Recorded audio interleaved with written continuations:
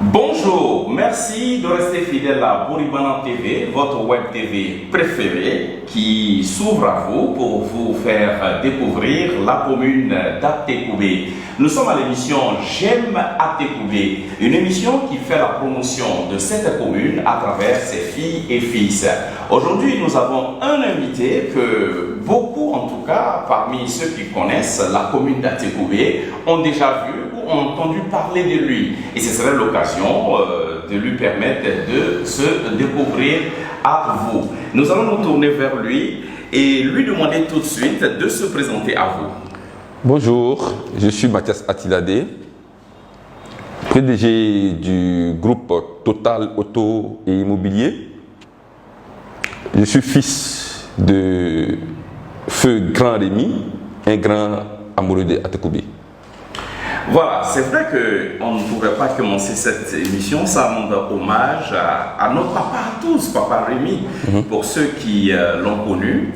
Et donc, c'est vrai que vous êtes une grande famille. Il faut dire que vous êtes en tout cas tous des fils appartenant à ce père-là. Vous êtes combien dans la famille? Je suis issu d'une fratrie d'environ 30 enfants quand même. Absolument. 30 enfants, absolument. Oui. Et ça a été une particularité aussi avec vous, les Atiladé. Vous êtes en tout cas un grand monde d'enfants, restés en tout cas dans cette commune. Vous avez fait toute votre enfance là. Exactement. Alors, l'émission c'est J'aime Atekoubé. Il faut que nous ressortions les grands moments qui vous ont marqué depuis votre enfance jusqu'à dans votre vie actuelle, je veux dire votre vie professionnelle et aussi vos activités sociales. Alors, Mathias Atiladé est jumeau.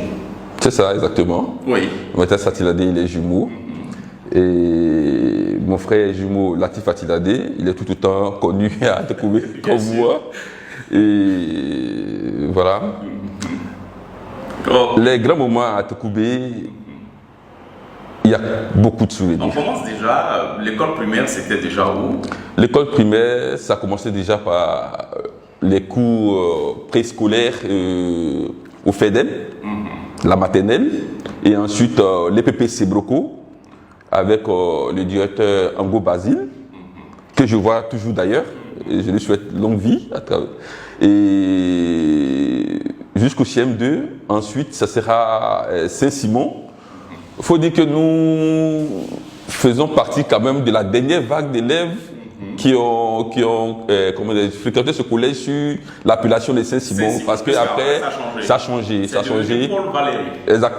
Exactement. Aujourd'hui, Paul Valéry, et nous avons tous été réaffectés à William Ponty à Yopougon. Ouais. Alors, quels sont les amis qu'on peut citer qui sont là, qui étaient, je veux dire, tes compagnons? Ça a toujours été comme ça, avec qui tu cheminais pour aller à l'école? Ouais, beaucoup d'amis quand même. Et j'ai la chance, à travers même les amis de Bombi, de pratiquer au quotidien mes amis de classe, mes amis d'enfance.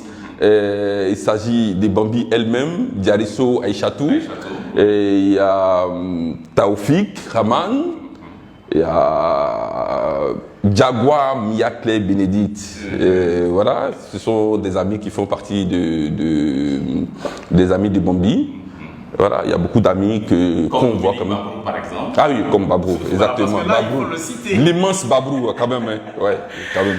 Voilà, et donc c'était une époque, il faut dire, qui était assez agréable. Il faut dire que la vie était, je vais dire, beaucoup paisible. Beaucoup paisible. Alors dis-nous des moments qui te restent toujours au fond de la mémoire, qui t'ont marqué pendant cette période du primaire. Il y a tellement de moments. Pendant cette époque du primaire, c'est plutôt les vacances. Oui. Les vacances, on avait une multitude d'activités à Atekoubé pour un quartier quand même restreint et un peu défavorisé. Mais je me demande si ça existe encore aujourd'hui, mais à notre temps, il y avait quand même, pour les vacances, beaucoup d'activités. On peut citer quelques activités. Oui, sur le plan du foot, par exemple. Ah oui, le Maracana. Oui. Le Maracana, il y en avait un peu partout, au bord du cinéma, au Mafalé. Et ça, c'était l'activité même première des vacances. Oui. Mais au-delà du Maracana, il y avait aussi la foire commerciale. Oui. Ouais, il y avait la foire commerciale, les semaines commerciales. Oui, Et je ne sais pas pourquoi on n'en fait plus. Parce que c'était. Ah oui, parce ah oui. que ça donnait une animation extraordinaire à la commune. Extraordinaire, extraordinaire. On pouvait voir. Et puis c'était même ça montrait ce melting pot qu'est Atekoubé. Atekoubé, brassage ethnique, socio, culturel. Mais c'est vrai, c'est la question. Mais pourquoi est-ce que ça n'a pas continué? Ouais, peut-être que c'est pas les ça peut être pris du plomb dans l'aile. Oui. C'est l'occasion de remettre ça à jour. Absolument. Ouais, il va falloir peut-être à travers notre ONG s'asseoir et convoquer des cadres d'Atekoubé, réfléchir à ça parce qu'il faut garder ce qui marche. Absolument. Et ça fait partie quand même de ce qui a bien marché à Atekoubé. Ça a bercé notre enfance. C'est des bons exemples, il faut continuer avec. Et c'est vrai qu'on ne pourra pas parler tout ça sans revenir sur vos escapades, sur le B-Secret. Ah non, ça, impossible. Ça, en fait, c'est l'identité remarquable de tout enfant d'Atekoubé, Adjamé et communes environnantes. Ah oui, Yopougon, oui. C'est notre identité remarquable, ça, le B-Secret. Oui. Et je me demande. Comment vous organisez les débats ça, c'était les débats étaient top secrets. Et il suffit de se regarder, tout de suite, on sait où on va, on sait quel chemin emprunter. Et au retour, on savait qu'on allait nous frapper. On savait qu'on allait passer à la chicotte, mais on avait notre astuce, c'est quoi? Il s'agissait de faire les herbes en tostadé, de napper les herbes en autres. Et ça, on attachait nos parents. Voilà, on attachait nos parents. C'est-à-dire, le parent va te voir et puis pour rien dire. Mais dès que vous rentrez, vous êtes tout blanc. On sait que vous êtes quitté là-bas. On vous frappe. Et le lendemain, on est encore là-bas. On attache. Mais c'est tout ça l'enfance. C'est tout ça l'enfance.